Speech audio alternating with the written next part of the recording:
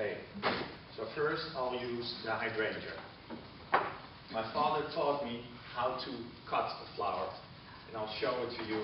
I know most of you don't have knives, you have your clippers, which is safer, but if you like to practice this in your house at your own risk,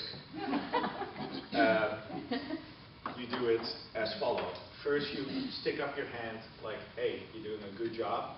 And in the front portion of your hand, you hold the blade, so it creates a little U shape. And all we do, you never press your thumb on the flower, we just hook it in to pull it. So at no point in time will you move your thumb. You keep it really stiff actually. So you pull it, pull it, pull it. So in this way, you'll never cut yourself. It cannot be too high. Don't have the arrangement be taller than your fist. Okay? So when you put your elbow on the table, it shouldn't exceed the height of your fist. Just to cover the base so we don't see the oasis.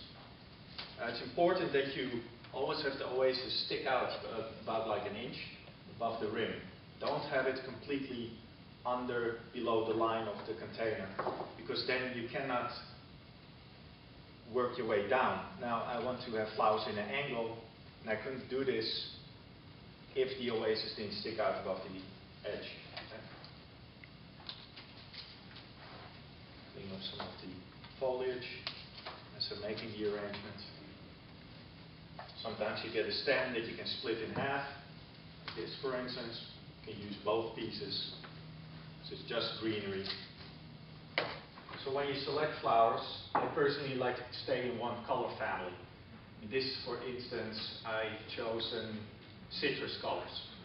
So lime or lemon, tangerine, like mango, you know, very citrusy. I'm not a big fan of color contrast. So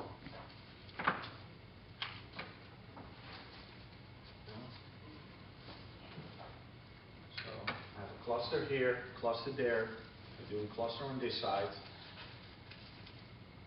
The reason why I make always a triangle with the roses is because no matter where you sit at the table, if it goes on a round table, every person has a little snapshot of all the ingredients in the arrangement. One cluster, two clusters, three clusters. Automatically that creates three openings. 1, 2, 3. And that's where we put our spray roses.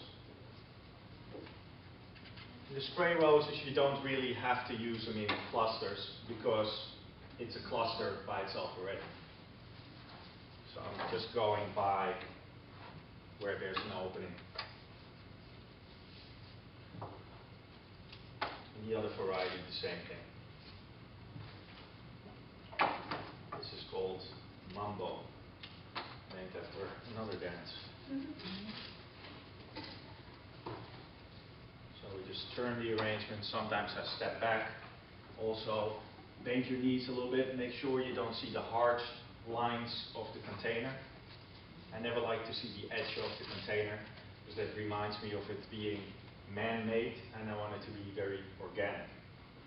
It's nice to see some elements of rest in an arrangement. There has to be a place where your eye goes to, and that you create by it not being too busy. So wherever I see that it needs a little bit of filling, that's where I add a green trick.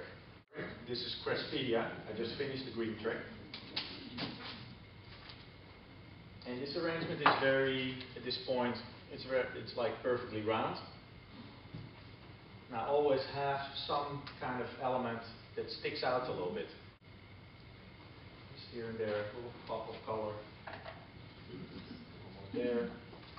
Step back a little bit, sure, everything looks good. I think that's about it.